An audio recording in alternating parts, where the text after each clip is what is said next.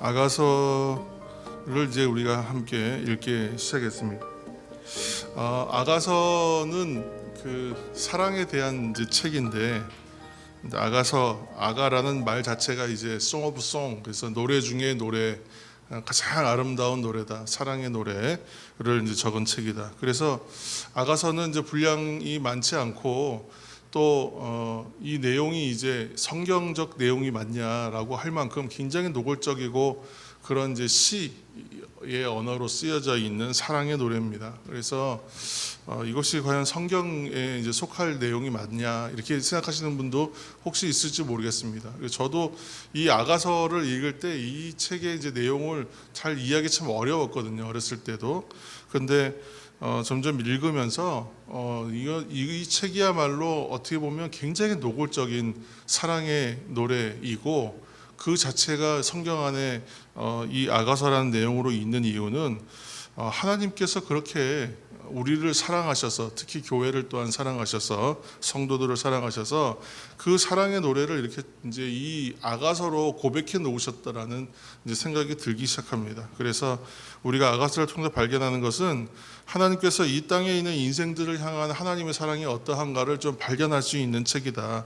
그래서 끝없는 사랑에 대한 이야기이기도 하고, 또 잘 새겨보면, 하나하나 풀어보면 이 이제 솔로몬의 고백을 통해서 이제 적어 놓았지만, 하나님께서 이 땅을 향한 교회와 성도들을 향한 사랑이 어떠한가, 또 그리스도의 사랑이 어떠한 것인가를 좀 생각하게 하는, 그렇게 좀 떠올리게 하고 발견하게 하는 아름다운 이야기다, 이렇게 해석할 수 있겠습니다. 그래서 아가는 말 그대로 노래 중에 노래, 그래서 최고의 노래라는 의미가 있고, 어떤 신학자는 그렇게 표현하셨어요. 그래서 구약학자 중에 유명하신 분이 아가서는 전체 성경 중에 곧 책 중에 책이다, 이렇게. 그래서 이렇게까지 표현할 만한 내용일까 이제 생각하는데, 아직은 이제 그 책에 대하여 깊이 있게 풀어내고 들여다보면 이제 그렇게 고백할 수 있다, 이렇게 볼 수도 있습니다. 그래서 하나님과 예수님, 그리고 신부된 성도, 이렇게 우리가 이 이상의 언어로 하나됨을 노래할 수 없다고 할 만큼 아주 노골적이고 아름다운 언어로 표현하고 있는 책이 바로 아가서다. 근데 그렇게 우리가 좀 이해를 가지고 말씀을 좀 읽어내시면 좋겠습니다. 솔로몬이 그 여러 책을 썼는데 아가서가 이제 언제 쓰여졌을까 이제 보면 그 아가서 이제 6장쯤에 가시면 이제 뭐 왕비가 60명이고 후궁이 80명이다, 이제 이런 내용이 나오거든요.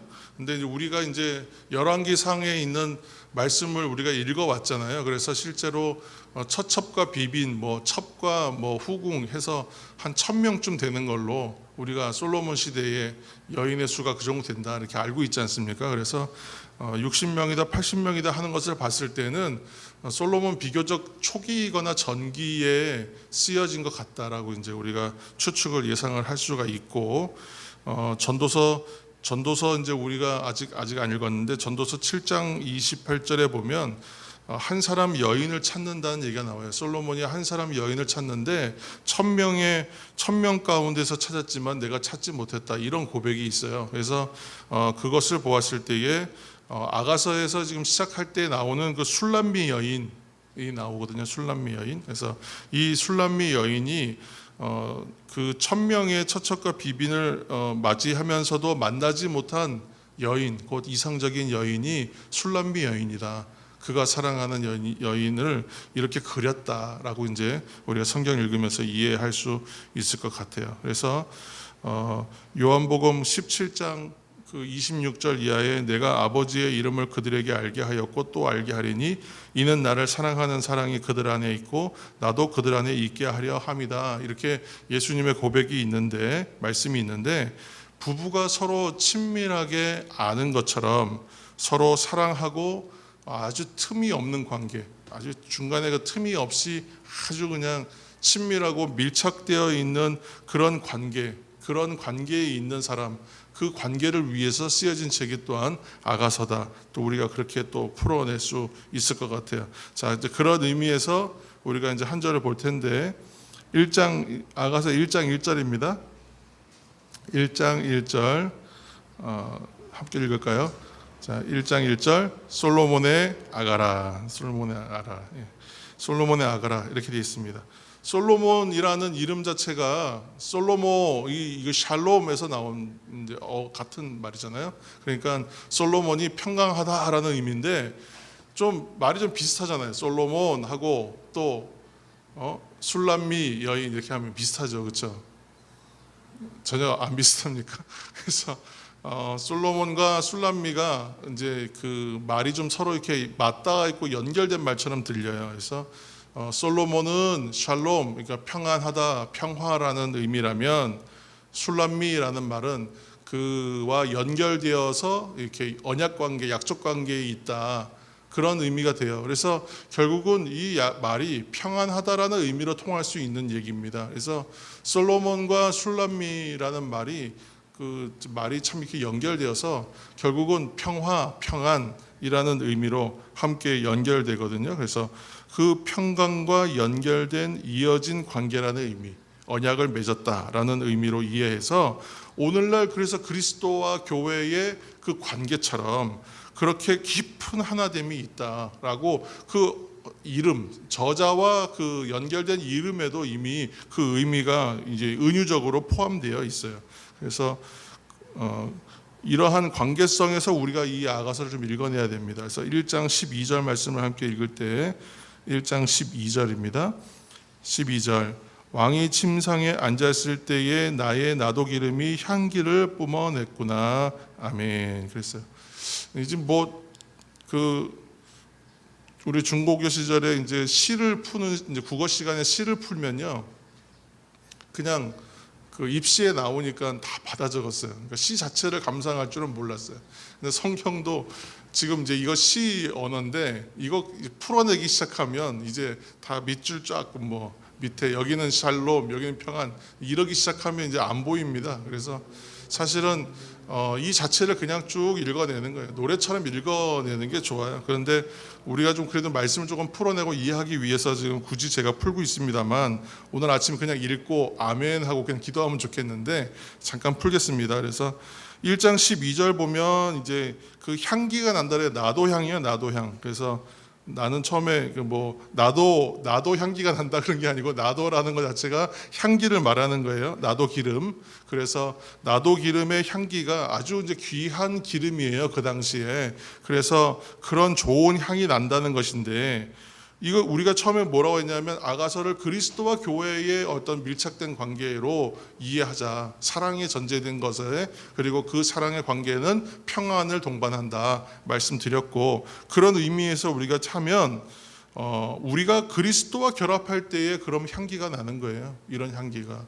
그리고 그렇지 않으면 어떻게 되냐면 악취가 날 수밖에 없다는 거예요. 교회는 오늘날 성도는 그리스도와 함께 연합되어 그리스도의 뜻 안에서 십자가의 길을 걸어가지 않으면 향기가 날 수가 없다는 거예요. 근데 그 길을 함께 걸으면요, 비록 힘들고 어려운 일도 있을 수 있고 그 길이 만만치가 않은 길일 수 있어요. 그러나 그 길과 그 밀접한 관계 안에 있었을 때는 그리스도 향기가 난다는 거예요. 아름다운 향기, 나도 기름과 같은 아름다운 향을 풍기는 존재가 될 수 있다는 거죠. 술람미 여인은 지상 최고의 아름다움을 가진 사람으로 지금 솔로몬은 표현해요. 그리고 절대적인 아름다움으로 표현해요. 그래서 이렇게 예쁘고 이렇게 아름다울 수가 없다라고 그렇게 얘기하거든요. 1장 15절 한번 읽어볼까요? 1장 15절 시작. 내 사랑아 너는 어여쁘고 어여쁘다. 내 눈이 비둘기 같구나. 여러분 막 지금 사랑이 막 느껴지십니까? 4장 1절도 한번 읽어볼까요? 4장 1절 이런 표현들이 많이 나오지만 4장 1절 내 사랑 너는 어여쁘고도 어여쁘다. 너울 속에 있는 내 눈이 비둘기 같고 내 머리털은 길라산 기슭에 누운 염소떼 같구나. 그래요? 어떤 것이 느껴지십니까? 어떻게 이렇게 아름답다 이렇게 얘기할 수 있을까? 무엇이 이렇게 아름답다 얘기할 수 있을까요? 또 이 얘기하면 또 이제 어떻게 생각하실지 몰라요. 그래서 여러분 이제 정말 사랑하셔서 결혼하셨잖아요, 그죠? 여러분 그래서 배우자가 지금 이렇게 아름답고 이렇게 어여쁘다 어디 나가서 어디 얘기할 때 이렇게 고백할 수가 있겠습니까? 근데 조금 우리가 이 얘기를 좀 잘 이해할 수 있는 거 여러분 가정에 자녀가 있으실 텐데 자녀를 출산하였을 때 그 아기를 보았을 때 여러분 어떤 마음이 드셨었는지. 저는 그 아기를 보았을 때가 그렇게 오래되지 않았기 때문에 불과 한 7년 전이니까 그때의 감동이 있습니다. 그때 감동이. 신생아실에 갔는데 신생아실에 그 많은 아기들 가운데 우리 애밖에 안 보여요. 나는 내가 아이를 낳으면 부성애를 가진 아빠로서의 그런 마음이 자동으로 들 거라는 생각을 하지 않았거든요. 기대하지 못했거든요. 그리고 실제로 그러한 마음이 꽤 오래 지나서야 생겼다라고 생각해요. 그러나 지금 생각해 보면 그 많은 애들 중에 우리 애밖에 안 보이더라고요. 그리고 우리 애가 다 퉁퉁 불어 있는데도 우리 애가 제일 예뻐 보여요. 그게 진짜 그 마음이라는 거죠. 그래서 그렇게 예쁜 거예요. 우리 아이가 감히 최고라고 생각하면서 모든 부모는 자기 아이를 사랑하면서 키우게 되어 있잖아요. 근데 오늘 솔로몬이 술람미 여인을 바라볼 때에 어떠냐면 이렇다고 말하는 거예요. 정말 아름답다, 정말 여엽부다, 정말 최고다, 세상에 좋은 것. 자기가 봤을 때 솔로몬이 워낙에 말을 좋아하니까 그래서 하나님께서 병거와 마병에 많이 모으지 말라고 했는데도 불구하고 그렇게 말에 욕심이 있어서 병거를 열심히 모으지 않습니까? 그래서 오늘 보면 애굽의 준마 같다 이런 표현은 뭐냐면 자기가 지금 제일 보기에 가장 좋아하는 것들로 최상급의 표현들로 술람미 여인을 표현하고 있는 거예요. 아름답다, 좋다, 예쁘다 이야기 얘기하는 거죠. 이처럼 예수 그리스도와 성도와 또 예수 그리스도와 교회의 관계가 그렇다는 거예요. 주님께서 우리를 바라보실 때에 그렇게 어여쁘다, 아름답다라고 칭찬하면서 보신다는 거죠. 그러면 그것에 대하여 우리는 그 부르심에 대하여 합당하게라는 표현 전 굉장히 좋아한다고 말씀드렸는데, 이 합당하다는 말, 악시오스라는 말은 천칭의 저울을 말하는 거잖아요. 그러니까 이 밸런스가 맞아야 돼요. 하나님이 나를 그렇게 중하게 부르셨으면 우리는 그 부르심에 합당하게 올바르게 살아내야 되는 거잖아요. 그러니까 이게 의무가 아니라 그러고 싶은 거예요. 성도는 그렇게 사랑받으니까 잘하고 싶은 거예요. 부모의 사랑이 극진하면 그 자녀가 잘못되기가 어렵지 않습니까? 그것처럼 하나님의 사랑이 그렇게 크기 때문에 그리스도의 그 사랑과 교회를 향한, 성도를 향한 마음이 크기 때문에 성도들도 이 땅에서 향기 나는 존재로 살아내야 하고 살아갈 수밖에 없다. 오늘 이제 그런 것을 우리가 발견하게 되지 않겠습니까? 또 이제 14절 말씀도 함께 읽겠습니다. 14절. 나의 사랑하는 자는 내게 엔게디 포도원의 고벨화 송이로구나. 자, 이 그 고벨화가 엔게디 평원은 어떻게 보면 그 당시는 아마 거의 유일하게 포도가 무성하게 자라는 그런 오아시스 지역을 말하는 것 같아요. 그래서 요단 그 서편 내륙에 있는데 엔게디가, 그곳에서 이제 고벨화가 포도가 이렇게 이제 열매 맺을 때에 그 사이사이에 고벨화 꽃이 예쁘게 핀다는 거예요. 그러니까 그 광경을 저는 정확하게 상상하기는 어렵지만, 우리가 저희 그 어머니 댁을 가다 보면 서울에 이제 어느 지역을 지나가게 되는데 그냥 그 자동차가 달리는 도로입니다. 자동차 전용도로 달려요. 근데 별것 없잖아요, 사실은. 그런데 그 길을 쭉 달려가는데 봄에, 겨울이 지나고 봄이 되고 또 이제 여름이 되면 그 길가의 풍경이 바뀝니다. 그러니까 봄이 되면 개나리가 그렇게 쫙 펴요, 길가에. 그러면 달리다가 그 개나리꽃 색깔이 겨우내 있었던 무슨 잿빛이나 회색이나 그런 느낌이었다가 이 봄이 되면서 원색적인 색감이 확 들어오면서 굉장히 아름답다라는 생각이 확 들 때가 있어요. 여러분 이제 혹시 그 산을 좋아하시거나 자연을 보는 거 좋아하시는 분들은 그런 것을 아마 느끼실 겁니다. 그래서 봄이 되면 봄의 색깔이 완연한 그런 기운이 있고, 여름이 되면서, 지금 이제 여름이 한참이지 않습니까? 그러면 모든 나무와 수풀의 그 푸름이 아주 절정으로 올라오잖아요. 그렇죠? 색깔이 바뀌어요. 저희가 이제 강원도에서 몇 년 지내는 동안 산의 색깔이 바뀌는 걸 통해서 계절을 우리가 느낄 정도로 그렇게 색상이 놀랍게 변합니다. 근데 그것처럼 오늘 이제 그렇게 그 고벨화 꽃이 이렇게 풍경이 어우러지면서의 아름다움을 지금 이야기하고 있는 것 같습니다. 그런 거 생각해 보시면 오늘 하나님께서 보시기에 성도들의 모습이 어떠할까요? 그거 생각하게 돼요. 하나님이 보시기에 그 성도들이요, 한 사람 한 사람의 그 평범하고 보통의 사람들인 것 같아요. 특별한 특징도 없어 보여요. 그런데 그 성도들을 하나님께서 바라보실 때에는 그 색감이 변하는 것, 그들이 푸르지 못했던 사람들이 푸르러지고, 아름다운 빛을 발하지 못하였던 사람들이 아름다운 빛을 발할 때에 하나님께서 그 백성들을 보실 때 얼마나 아름답겠어요. 우리가 자연을 보면서 아름답다, 참 아름다워라 하나님 고백하는 것처럼, 주 하나님 지으신 모든 세계 찬송이 어느 날 갑자기 나오는 것처럼 하나님께서 그것을 보시면서 기뻐하시지 않겠느냐. 그러니까 오늘 이러한 얘기들을 보면 각각의 볼품없고 특별할 거 없는 들꽃과 나무들과 그냥 일반의 풍경인 것 같지만, 그렇게 그 선명하고 아름다운 색을 지금 엔게디 평원의 어떤 그 고베로와 송이 같다라고 솔로몬이 노래하는 것처럼 하나님이 그렇게 성도들을 바라보며 교회를 바라보며 아름답다 노래하신다는 거죠. 그리고 이제 15절을 우리가 읽었는데 그 비둘기 같다 이렇게 말하잖아요. 그러니까 이거 한 절 한 절 풀어내기 시작하면 이제 깊이를 있게 가야 됩니다. 비둘기는 순결의 상징이죠. 성경에서 비둘기를 얘기할 때 어디까지 가냐면 성령을 비둘기로 묘사하기도 할 정도로, 성령이 그렇게 묘사할 정도로 비둘기를 얘기하는 이유는 순결하다를 얘기해요. 순결하다, 아름답다, 순결하다. 왜 그렇게 얘기하냐? 비둘기가 저는 잘 몰랐는데 비둘기의 습성상 그러니까 하나와 짝을 맺는다. 한 사람과 짝을 맺는 것처럼 대상을 한 사람만 하나만 갖는다는 거죠. 여러 개체와 함께 짝짓기 하지 않고 하나의 개체랑만 짝을 맺는데요. 그리고 서로 파트너에 대한 충성심이 굉장히 높대요. 비둘기가, 헌신도가. 그걸 얘기하는 거예요. 그래서 짝을 이루고 나면 다른 짝을 찾지를 않는답니다. 짝을 혹시 잃어도 다른 짝을 찾지를 않는데, 그만큼 헌신적이라고요. 그러니까 일생에 단 한 번의 사랑을 말하는 거예요. 비둘기는 일생에 단 한 번의 사랑. 그러니까 하나님의 사랑이 우리를 향하여 비둘기의 사랑과 같고, 우리가 하나님을 향한 마음이 그래야 한다라고 지금 얘기하는 거예요. 이제 마지막으로 17절입니다. 17절, 우리 집은 백향목, 들보, 잣나무, 석가래구나. 아멘. 여러분, 그 들보와 석가래가 어떤 구조를 갖고 있는지 혹시 아시나요? 저는 이제 집에 대해서 잘 모르지만 이렇게 이제 가운데 이렇게 지나가는 게 돌이라고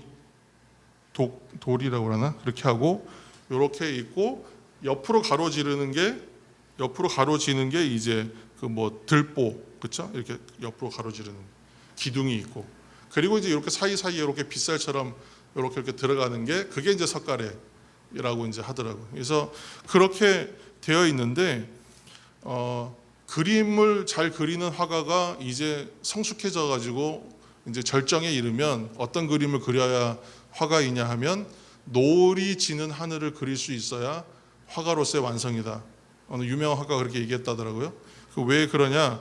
그 시간이 밤과 낮이 조화를 이루는 시간이기 때문에 밤도 아니고 낮도 아닌 거예요. 아직은 빛이 있고, 그 시간의 그 하늘과 그 시간대를 묘사할 수 있을 때의 화가로서 그림이 완성된다고 합니다. 저는 그림을 전혀 모르기 때문에 다 인용할 수밖에 없어요.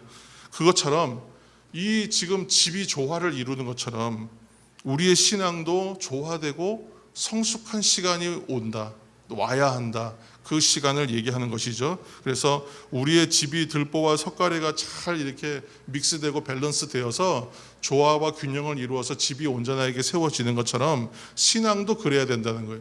자, 신앙도 그러면 그러한 조화를 이루는 성숙함은 무엇을 말하겠습니까? 이것은 우리가 묵상이 좀 필요한 부분이죠. 그래서 서로의 다름과 차이를 인정하여 이해하고 수용해 주는 것도 신앙의 성숙이 될 수가 있고, 여러 가지를 우리가 얘기할 수 있을 겁니다. 우리가 이 신앙의 성숙에 대해서는 계속 얘기해 오고 있기 때문에 계속 발견해 나가고 우리의 삶에 적용하고 우리 교회에 적용해서 공동체됨을 이루어 가야겠죠.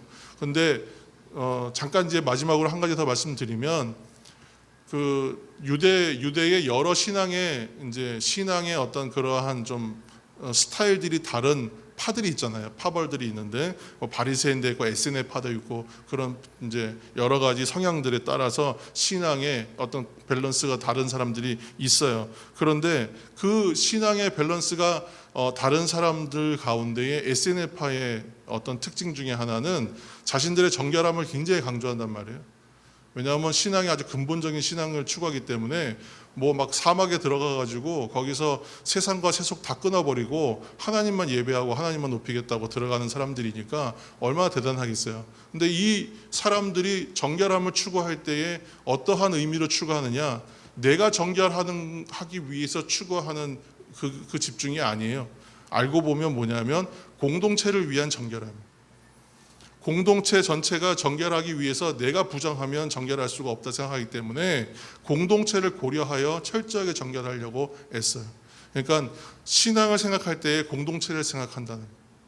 근데 그것이 어떻게 보면 신앙의 어떤 굉장히 성숙한 단면 중에 하나의 방향으로 이야기할 수 있거든요. 그것처럼 성숙에 대해서 얘기하고 신앙에 대해서 얘기할 때는 얘기할 수 있는 폭이 너무나 깊죠. 그래서 오늘 이 말씀을 읽어내면서 아가서를 읽으면서도 우리는 여러 가지를 다 볼 수 있고, 특별히 하나님과 교회, 또 그리스도와 교회, 또 그리스도와 성도의 관계를 우리가 발견할 수 있다. 그 안에서의 하나님의 사랑을 오늘도 발견하시는 저와 여러분이 되시고, 또 신앙의 성숙을 향해서 나아가는 우리 모두가 될 수 있도록 그렇게 함께 이 말씀을 읽어가는 가운데 은혜를 받고 누리시기를 예수님의 이름으로 축원합니다.